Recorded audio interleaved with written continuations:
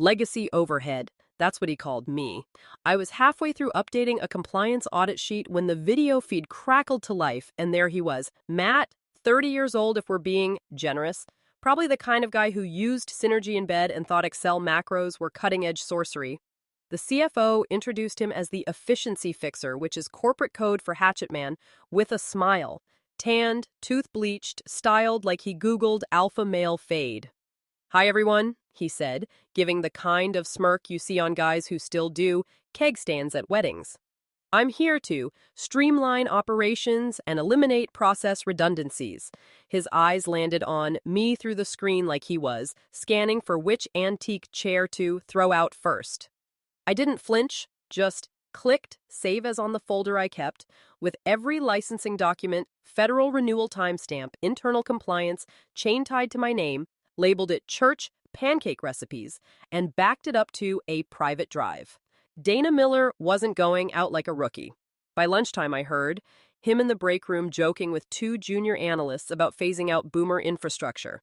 I'm 42, not a boomer, but in Matt's world, if you don't talk your workflow, you're obsolete. Then came the huddle open floor plan. Everyone standing around like it was an exorcism of common sense. Matt pulled up a slide deck filled with nonsense, phrases like agile compliance ecosystem and decentralized accountability hubs. I watched three interns nod like they were witnessing the second coming of Elon Musk. Some of our team members, especially those with legacy responsibilities, will be reassessed to ensure alignment with our lean strategy, he said. Then, staring right at me, "We appreciate your historical contributions, Dana. Historical like I was a damn sarcophagus in HR's basement." I didn't say a word, just smiled. The kind of smile you give when Omi-wan walks into a bear trap you've been camouflaging for decade. Oh, and quick pause before we keep going. If you're listening and not subscribed, help a soul out. Trying to hit 10,000 subscribers so I can finally afford a chair without a missing wheel. Seriously, 95% of y'all listen without clicking the button. Just one tap, and you'll make this girl real proud. All right, back to the meltdown. That night, I stayed late, not because I had to. I wanted to watch the system breathe like a mother watching her kids sleep before CPS shows up. I double-checked my credentials across 3 federal platforms: free active certification, renewal control, licensing PIN, and audit clearance, still tied to my name. I made sure the timestamps matched. Then I printed my contract clause, the one nobody ever reads. Section 7C. In the event of involuntary termination, all company-paid licensing responsibilities and regulatory certifications shall be considered void, and all credentials will be formally rescinded within 48 hours of contract nullification. Nobody noticed when I left the building, but I noticed the way Matt's eyes lingered on me that morning like a lion staring at a cow, not realizing the cow has access to predator drones. You ever see a man mistake a fuse for shoelace? You will. By the next Tuesday, Matt had taped a poster above the copier that said, "Compliance not equal to complacency." The font was Comic Sans. Then came the real fun. Everyone, yes, everyone was told they had to re-enter for their evolved role. It was spun like a bonding exercise, like we should be grateful for, a chance to pitch ourselves for the same job titles printed on our health insurance cards. One by one, folks shuffled into conference rooms like kids, headed to the principal's office. The newer hires came out smiling, pairing things like, "Matt really sees me and he's bringing fresh air." I wanted to tell them that kind of air comes from a busted sewer. Great. When it was my turn, I didn't bring a resume. I brought silence. Matt barely looked up from his laptop. "Dana, you've been here a while." 10 years, I said. Cool as a cucumber in a snowstorm. Right. Institutional knowledge. We value that. His fingers tapped the keys, probably typing fire, dinosaur into Slack, pulled up a half-baked organizational chart, and pointed at a box labeled Regulatory Stewardship. Under it, my name crossed out. Next to it, open to be reassigned. Then he clicked a tab labeled Q3 Renewal Delegation. My eyes clocked the file name Q3 License Ruth Plan V1. In the comments, it read, "Can this be transferred downstream?" Downstream in Matt speak meant dumped onto someone too, green to spell OSHA. I smiled, didn't flinch, but inside a siren started wailing. When I got back to my desk, I opened the database I'd built from scratch in 2016, the one that tracked every compliance certificate, its expiration date, which governing body it reported to, and who had signature authority. There were 43 items on the list, 43 licenses, 43 pieces of red tape woven together into one tight corporate noose, and all of them tied to me, exported a fresh copy of the log, encrypted it, zipped it, renamed it, employee birthday cake list, and emailed it to a private account. Then I cleared the sent items. Call me paranoid, but I've seen what happens when children play with matches and call it innovation. Later that afternoon, he reassigned my inspection prep to a marketing intern who thought FDA stood for Food Design Aesthetic. No lie, she asked if that meant redesigning the lunchroom posters. Meanwhile, I was tasked with reorganizing the janitorial supply shelf. He said it would keep me in the loop at a foundational level. Foundational like mold. I asked politely if I still had admin access to our licensing dashboard. Matt blinked like I just spoke in Aramaic. Oh, I think we routed that to Chloe last week. You don't really need it anymore, right? Chloe had just learned what a PDF was. I didn't argue, just nod. D logged into a terminal down the hall and revoked her access from the shadow admin panel I'd never told anyone about. If I was getting kicked off the ship, I wasn't leaving the map behind. I walked past Matt's glass-walled office later that day. He was laughing on a call, something about scrubbing out the old wood. He didn't notice me watching, but I noticed something. The fuse was shorter now, and the room smelled like smoke. The first time I heard them laughing, I let it slide, was three of the junior analysts, fresh from college, still wet behind the ears and smug, with borrowed confidence, hovering over a print out of my old compliance flowchart like it was a cave painting. This thing uses color codes like it's a Crayola box, one snorted. Another added, she even timestamps everything manually. Does she know automation exists? They were clustered near the break room like a pack of overconfident poodles, sipping cold brew and dropping buzzwords like agile iteration and machine learning, integration, as if those phrases had ever stopped a federal audit. I walked past head high, but my spine burned. By Wednesday, I'd been locked out of 3 internal dashboards, 2 of which I designed. No warning, no access request, just a red 4003 screen and a pop-up that said, "Contact your system administrator." Spoiler, I was the system administrator or had been. Mailed it, no reply. I tried calling HR. The voicemail was colder than January in Detroit. Finally got a real person after 4 attempts. They said, "Sorry, Dana, all HR requests now go through your departmental manager." That's Matt. That's Matt. Like they were, announcing the second coming, but with more hair gel and less divine oversight. I didn't reply, just hung up and stared at my monitor, empty but glowing. Been cut off from every meaningful interface in less than a week.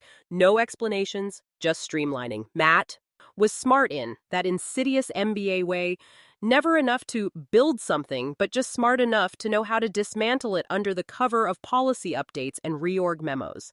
He'd started slipping little grenades into his weekly updates to leadership, legacy processes under review, potential staffing overlaps, redundant certification management identified. That last one was cute, like you could overlap a federally mandated authority, signature tied to my biometric profile.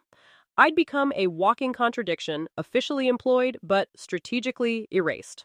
So I scheduled a 10-minute slot at a notary office, quiet little place above a nail salon on Monroe Avenue. No fanfare, just me, a stiff chair, a form titled Voluntary Relinquishment of Licensing Authority. I didn't sign it yet, just notarized the option. A safety pin tucked into my coat pocket in case things turned into free-all. Afterward, I walked back to the office with a peppermint latte and the deadest smile you've ever seen. Matt passed me in the hallway and said, "Hope you're feeling more aligned this week." I nodded, just tying up loose ends. He smiled. Corporate snake smile you'd find in the self-help section of a Barnes & Noble next to Crush It and a scented candle. What he didn't know was that every loose end I tied came with a fuse. And I had the match. It happened on a Monday. Because of course it did. The kind of Monday where the air in the office feels like microwaved plastic and everyone pretends they like their jobs just enough to survive another week. We were all gathered for Matt's new weekly momentum sync, which was basically a teed talk for sociopaths.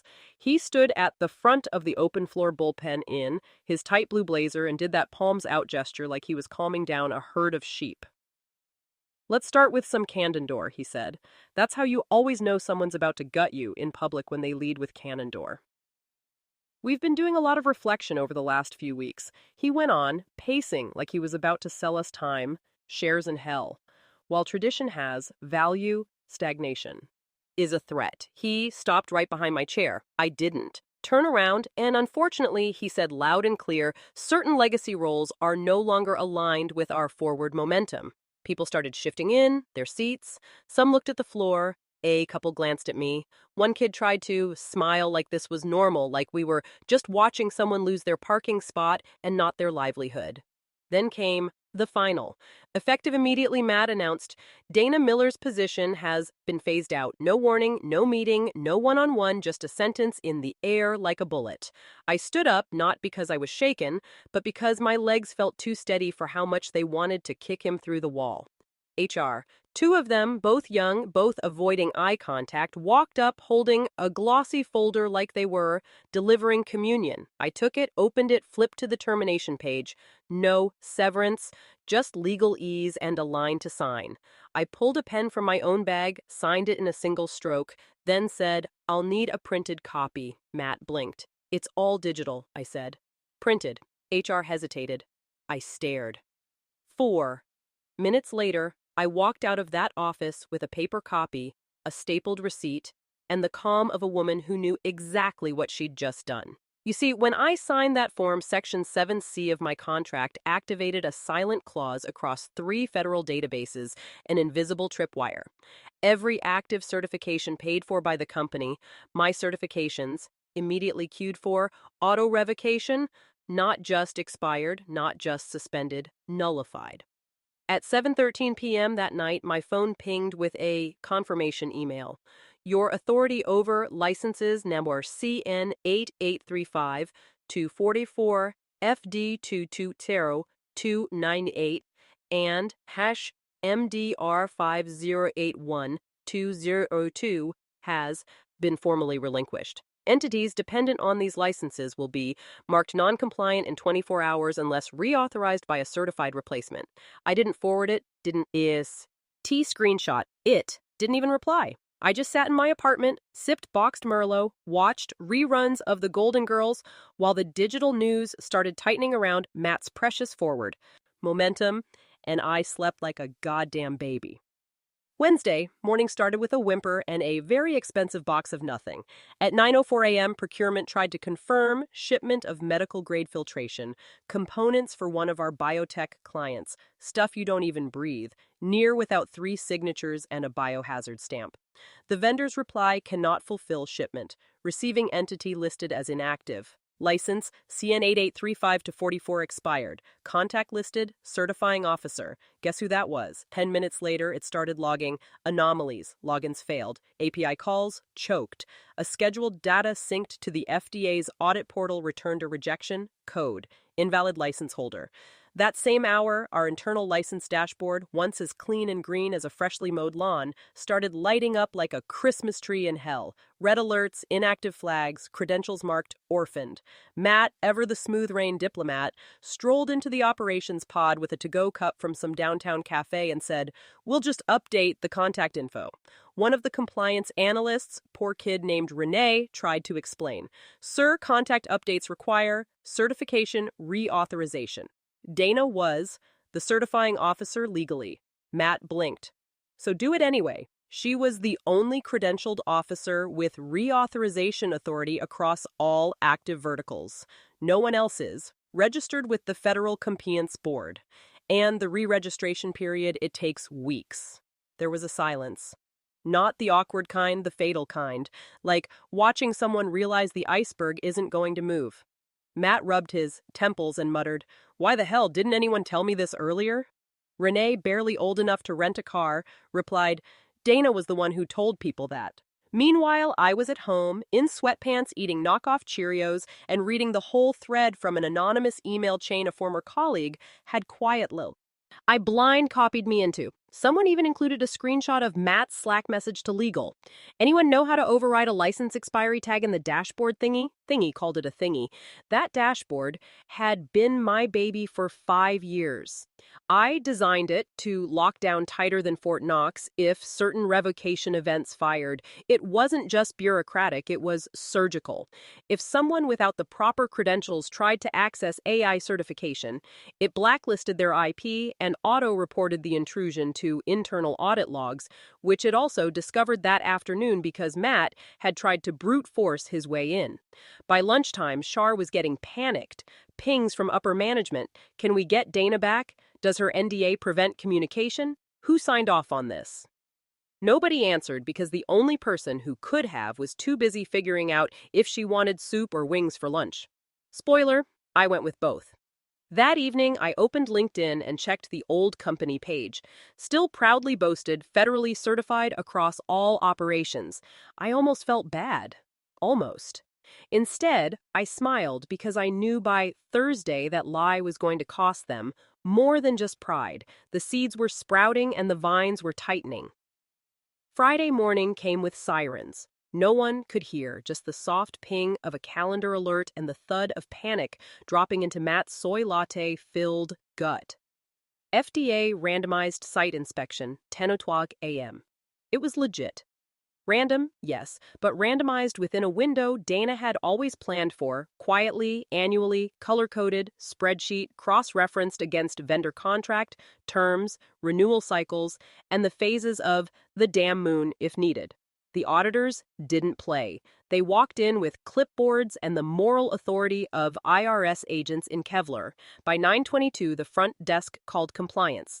3 inspectors here. They're asking for the license holder. Silence. Long panicked. I lens because there wasn't one. Matt, now visibly sweating through his navy banana Republic blazer, sprinted to the ops wing and barked at legal. Can we get Dana's credentials reinstated? A poor junior associate Googled license reinstatement process, like it was a how-to guide for baking banana bread. Meanwhile, Matt tried logging into the Federal Credentialing Board's portal using Dana's old login. Access denied. He tried requesting a password reset. User not found. He called the regulatory board's help desk, transferred him 3 times, then calmly told him, Dana Miller voluntarily relinquished her license authority. Her ID has been removed from the registry. Reinstatement requires full recertification. Average timeline 4 to 6 weeks. Matt stared at the speaker, phone like it had just slapped his mother. He turned to HR. What clause did she use to revoke her credentials? They flipped through her termination file, confused. We just processed the standard exit paperwork. I don't know anything about credentials. Someone from audit chimed in. Wait, didn't she have her own clause in her employment contract? That's when the room collectively remembered Dana Miller wasn't some dusty compliance grandma. She was the linchpin, and they had yanked her out like a wisdom tooth hooked into the spine. Meanwhile, across town, Dana's phone buzzed. It was Liz from documentation. A decent person once, kind who baked cookies for audit week and used to sneak post-it doodles onto Dana's monitor back when the world made sense. Liz's voice cracked. Did you do this? Dana stirred her coffee, looked out the window at nothing, then smiled. No, she said calmly. You did click. She didn't hang up hard, didn't yell. That would have been giving them too much credit because this wasn't revenge. This was math. 1 + 1 equals you fired the wrong damn person. Auditors were now sitting in the lobby. The company legally couldn't allow them into the secured wings without a licensed compliance officer present, which meant the audit couldn't proceed, which meant every single vend and client relying on certified compliance for active projects would be in technical breach of contract in approximately 4 hours. And Dana, she was getting her nails done. Midnight, burgundy gel finish.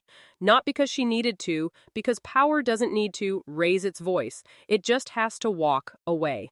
Monday, 8:37 a.m. The building smelled like stale coffee, dried sweat, and the quiet shame of a company that just realized it stepped on its own oxygen hose. That's when he walked in. Gregory T. Winslow, CEO, cruise tan, glowing like an overcooked rotisserie, chicken, silk shirt still creased from whatever Monaco resort he just floated back from. The man wryer of wealth, sunscreen, and complete oblivion. He strolled through the glass atrium like a Roman emperor returning from battle, waving at receptionists, throwing finger guns at junior VPs. Morning, folks. Hope y'all didn't burn the place down while I was gone. Nobody laughed. By the time he hit the executive floor, he had 3 unread urgent license compliance emails and a voicemail from legal that ended with the words non-compliance disaster.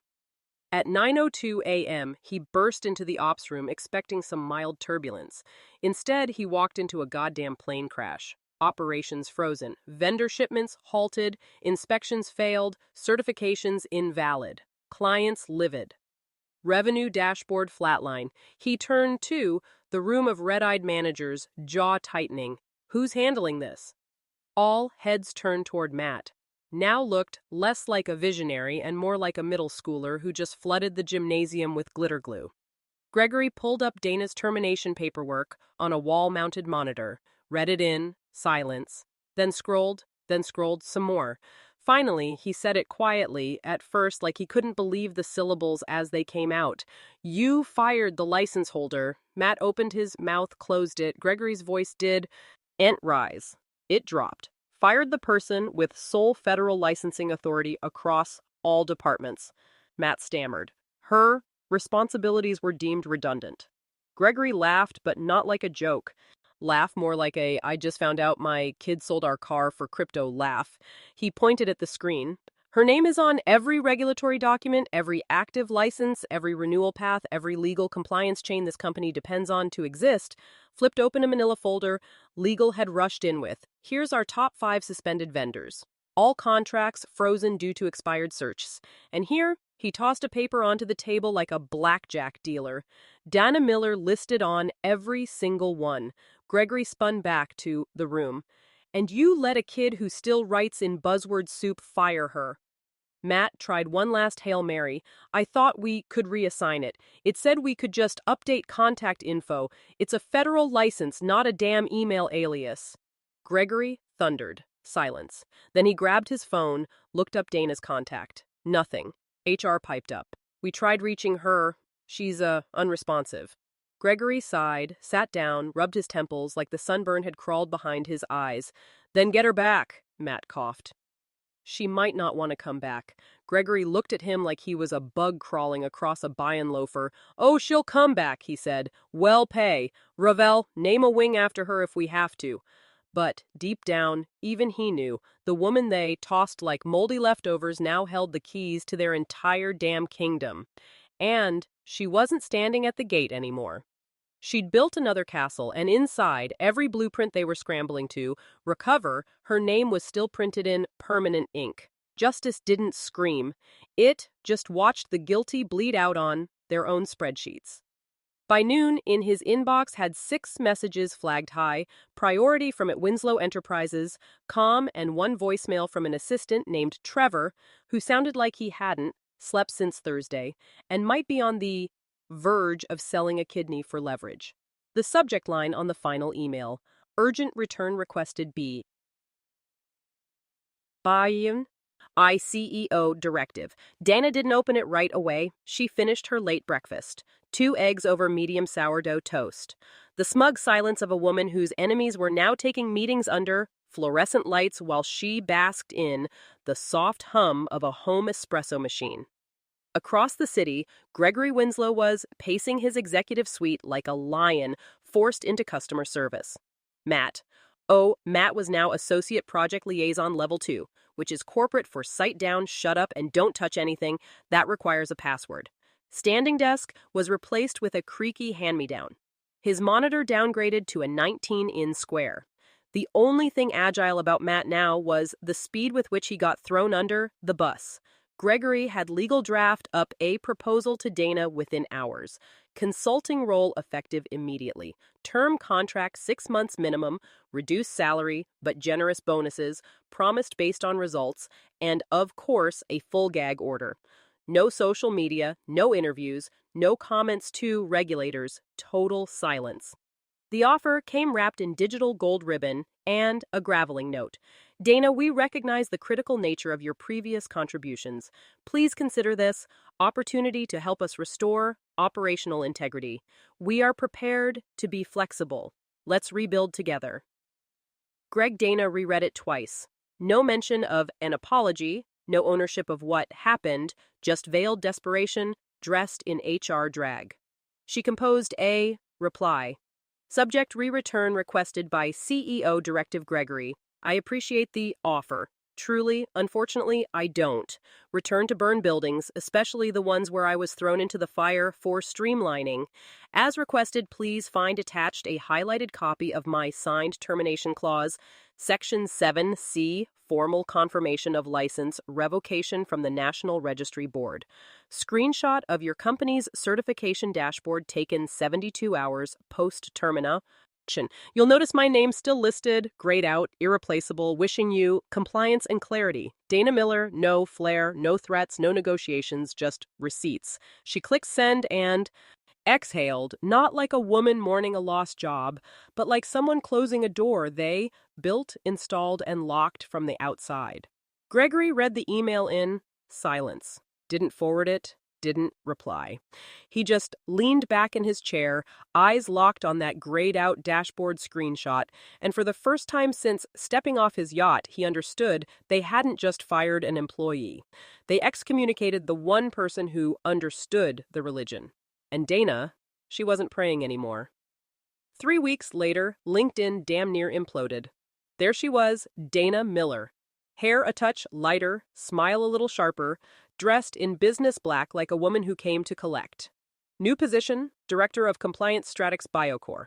The post was short. No hashtags, no humble brags, just grateful to join a team where integrity isn't an afterthought. Below it, 2 lines of polite hellfire. Stratex Biocore secures Omega Med and VRH contracts, citing continuous compliance confidence as deciding factor.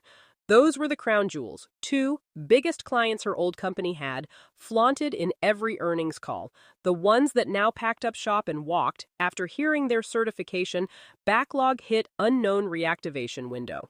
Internally, Stratex didn't have to sell hard. Dana came with the licensing blueprint in her brain and an industry reputation that couldn't be photoshopped.